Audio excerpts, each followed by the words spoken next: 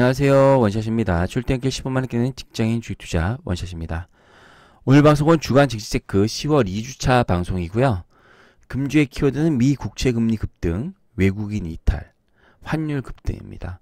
미국이 이제 그 금리가 국채 10년물 국채금리가 급등하면서 이제 외국인이 이탈했고, 외국인 이탈하면서 당연히 환율도 급등했겠죠.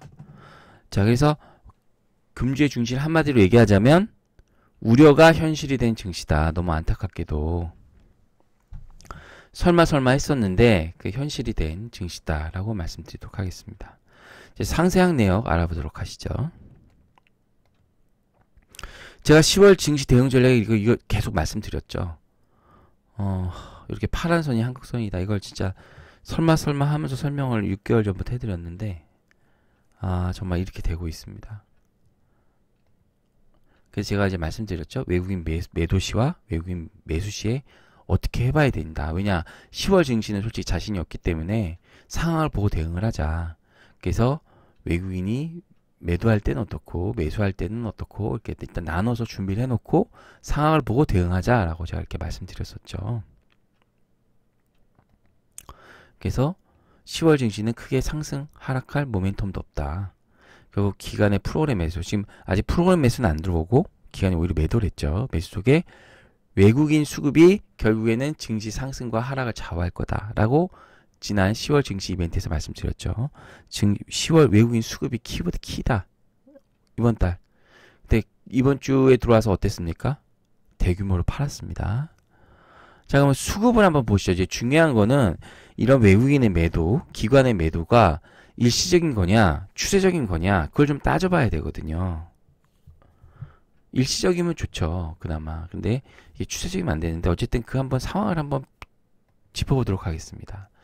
자, 이게 수급 차트예요. 오랜만에 보시죠. 이제 예전에는 월 단위로 보여드렸고, 지금은 요일 단위, 일 단위로 한번 보여드리고 있습니다. 약간 복잡하실 수 있지만, 핸드폰으로 보시는 분도 약간 좀 복잡해 잘 안 보일 수도 있지만, 제가 떨어지는 거는 빨간색이고, 그 박스를 표시하니까 그냥 보실 수 있을 거예요.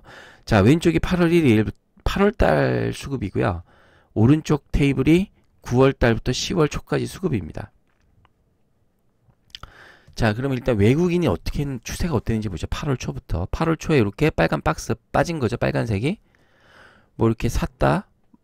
뭐 팔았다. 좀 샀다. 팔았다. 뭐 이렇게 해서 사실 8월달에 거의 샀네요. 외국인이.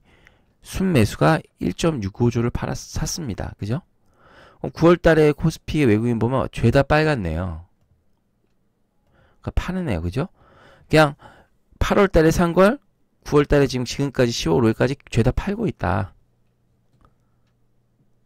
이렇게 보시면 될 것 같고, 어쨌든 최근에 판다. 기관 보시죠. 기관은요, 여러분 늘 팔았어요. 여기 보시면 8월달 보시면 빨간색 박스, 보라색 박스 보시면 뭐 팔았죠.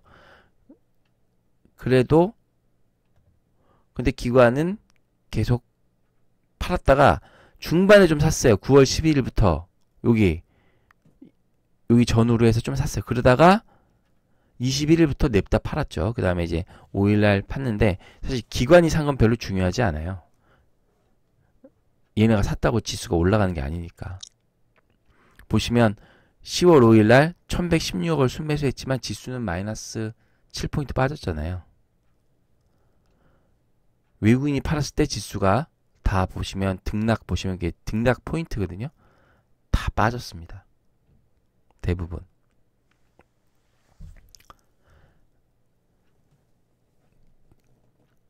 특히 9월 21일부터 매도가 집중됐다. 9월 28일부터 매도가 집중됐다. 언제? 미국이 금리 인상한 후에. 그래서 그 10월 증시 최근 하락은요, 기존에 그 10월 전에 9월까지만 해도 9월 28일 미국이 금리 인상하기 전까지만 해도 기관은 매도하고 외국인이 매수하는 그런 형태였거든요. 근데 지금은 양매도를 한다는 거예요. 여러분 항상 양매도가 나오는 건 조심해야 됩니다. 뭔가 이런 변화는요, 외국인과 기관의 어떤 매매 전략의 변화를 암시할 수 있습니다. 기존과 뭔가 다른다는 거죠.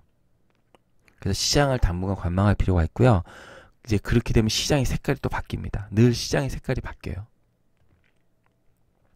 코스닥 한번 보시죠. 코스닥은 어땠는지. 8월 달에 외국인 뭐 이렇게 딱 보시면 그렇게 뭐 박스 쳐진 거 보면 뭐 별로 없으니까 그렇게 뭐 1900억을 좀 샀네요. 그죠? 외국인이 9월 달엔 918억을 팔았는데 뭐 9월 초만 해도 뭐 그렇게 많이 팔지 않았어요. 그러다가 9월 28일부터 집중적으로 팔기 시작했습니다. 그리고 9월 28일부터 10월 5일까지 판 금액을 보면 뭐 900억대가 많죠. 1000억대. 8월이랑 비교해 보세요. 별로 없어요. 8월 2일 1000억 한번 빼고. 그리고 이제 기관은 뭐 계속 말씀드린 기관은 뭐 계속 팔았죠. 특히 이제 코스닥엔 기관이 더 팔았어요. 9월 달은 거의 마이너스 순매도가 4,300억이네요. 주로 누가 팔았다? 연기금이랑 지자체가 팔았다. 그러니까 시장에 주도 업종이 나올 수 없는 거예요. 왜냐하면 이제 남는 애들이 투신이랑 금융투자인데 걔네 단기 투자하는 거고 누군가 꾸준히 사줘야 장이 좀 올라갈 수가 있는데 걔네들이 빠지고 있으니까 그래서 이것도 코스피랑 같습니다. 양매도로 빠졌죠. 이것도 그래서 시장을 관망할 필요가 있다. 지금 환경은 특히 이번 주 잘 봐야 된다. 단기로 빠져서 이게 좀 단기 빠져서 반등할 수 있지만 여러분 그걸 잘 생각하셔야 돼요. 내가 산 주식이나 지수가 빠지잖아요. 그럼 그게 상승하려면 제가 가장 기본적인 조건이 뭐라 그랬죠? 그렇죠. 상승폭의 50% 이상은 반등을 해야 된다.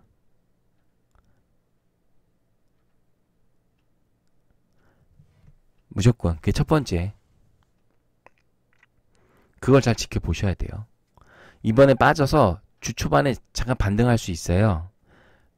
그렇지만 외국인이 파는지 안 파는지를 9시 반까지 한번 보셔야 된다고요. 자, 9시부터 9시 반까지 외국인과 기관의 매매 추세를 보셔야 돼요. 그래서 9시 반까지 기관과 외국인이 팔기 시작한다.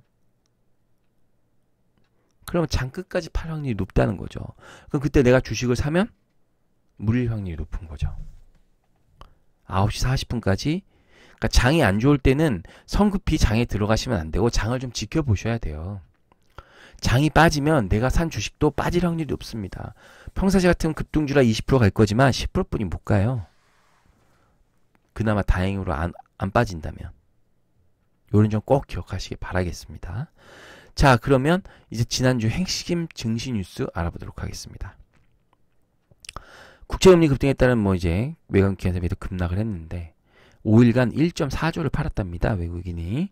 그래서 금리가 급등했고 그래서 그러다 보니까 이제 달러가 강세죠. 또 외국인이 이탈하니까. 그래서 원달러 확률이 1130원까지 갔었습니다. 여러분 제가 말씀드렸죠. 얼마 가면 어렵다? 장이 완전히 꺾인다? 1160원. 1160원.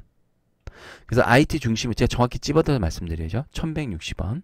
계속 앞서 방송에서 보여드렸잖아요. 하나금융투자 자료로. 그죠?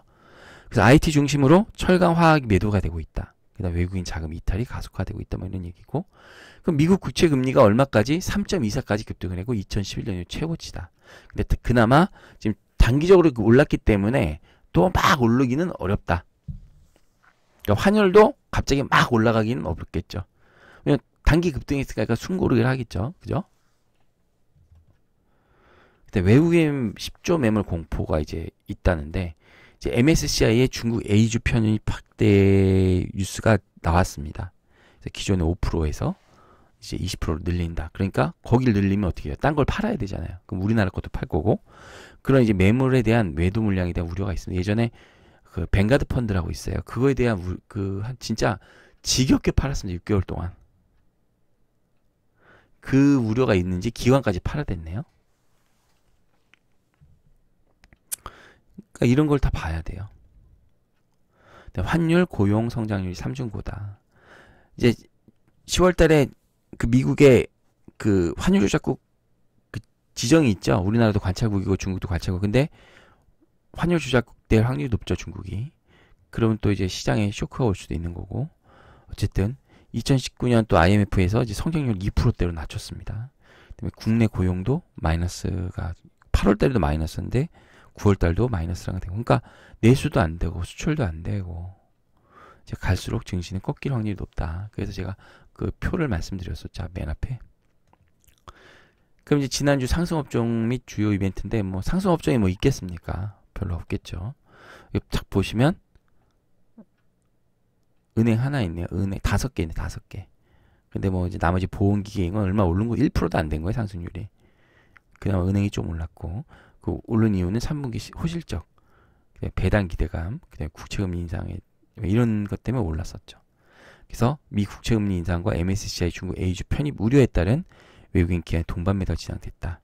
그래서 향후 증시도 상승보다는 하락할 확률이 높다. 이렇게 말씀드리겠습니다. 자, 이렇게 하나씩 보시면 요일별 상승 업종 보시죠. 자, 10월 1일에 어떤 일이 있었냐면 그 이태리가 그 정권이 포퓰리즘 정책을 펴면서 복지를 엄청 했어요. 한다고 얘기한 거예요. 그러니까 재정 적자 우려가 증시를 강타했습니다. 유럽 증시를. 그게 마이너스적인 뉴스였고 또 하나가 이제 미국 캐나다가 나프타 타결이 우려가 됐습니다. 타결이 됐죠. 그러니까 그건 긍정적이에요. 그래서 시장은 좋은 뉴스와 나쁜 뉴스가 섞여서 그냥 시장은 그럭저럭 됐어요. 일단 정유업종이 월요일 날 국제유가 상승해서 올라갔고요. 은행이 3분기 호실적 배당이 올라갔고 화장품 면세점이 국경절이 시작됐잖아요. 그 기대감이 있었어요. 기대감. 그래서 이렇게 화장품 면세점이 올랐었습니다. 근데 이제 화요일 날 MSCI 중국 A주 추가 확대 우려 때문에 이제 대폭 빠졌죠. 그래서 상승 업종이 양시장에 없었습니다. 그리고 수요일 날은 휴장, 개천절이었죠. 차라리 이렇게 안 좋을 때는요.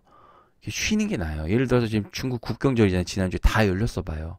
급락 나왔죠. 그렇지만 쉬니까 이제부터 시작일 뿐이잖아요. 물론 내일 급락하겠지만 월요일 날. 그래도 이게 증시가 안 좋을 땐 차라리 증시가 안 열리는 게 낫습니다. 10월 4일엔 또 이제 미국 10년물 국채가 급등을 했죠. 그래서 조선과 해운만 올랐었고요. 남북 경협주 대부분 떨어졌죠. 남북 경협 중에 폼페이오 반복 때문에 이제 개성공단이랑 관광 요 해봤자 10개도 안 돼요. 그러니까 사실 오른 게 거의 없다. 화요일처럼. 그리고 10월 5일날 이제 국채금리 급등됐고 국경절이 된 실망이 나요. 생각 까보니 별로 없다. 그래서 은행이랑 통신만 올랐고 이제 면세점, 화장품 이런 거 주 초반에 따라서 반대로 완전 다 떨어졌습니다.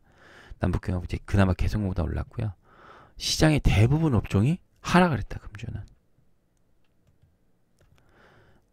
한번 이제 차트를 보죠. 추세적으로 한번 보시죠. 자, 이 코스피 차트입니다. 자, 6월 코스피 급락 50%. 제가 말씀 안 드리죠. 반등하려면 어떻게 된다? 급락구에 50% 이상 올라가야 된다. 이제 지겹게 말씀드렸죠. 사실 그런 것만 알아도 대단한 겁니다. 여러분 손실을 줄일 수가 있어요. 그래서 외국인과 기관 동반 매도로 지수 박스 하단 부분에 도달했고요. 근데 이제 박스권 하단에 도달했는데 이게 지지될 확률은 적다. 외국인이 또 팔면. 대부분 지지될 거라고 말씀을 드렸는데 그러니까 기술적인 반등은 있을 수 있으나 짧은 하루 이틀짜리 추세적으로 더 빠질 확률이 높다라는 말씀을 드릴게요. 자, 3주간의 차트를 보시면 이렇게 올라갔다 이제 급락을 했습니다. 외국인이 대규모 매도했죠. 보시면 외국인이 가장 많이 팔았고 기관이 팔았고 이제 짜증나는 게 이제 연기금이랑 국가 지자체가 받죠. 나라에서 좀 이럴 때 해줘야 되는데. 그래서 외국인 매도가 앞서 말씀드린 것처럼 추세적인 건지 일시적인지 확인이 필요한 시점입니다. 현재는 시장을 관망해야 할 시점이다. 라는 말씀 드릴게요. 코스닥입니다. 자, 이렇게 보시면 박스권 하단 이탈했죠. 그래서 1차 저지선은요. 760에서 740포인트로 보겠습니다. 차트 보시죠. 뭐 우수수 빠졌네요. 자, 외국인과 기관 동반입니다. 바이오주 빠졌죠. 남북 경협주 중심으로 빠졌습니다.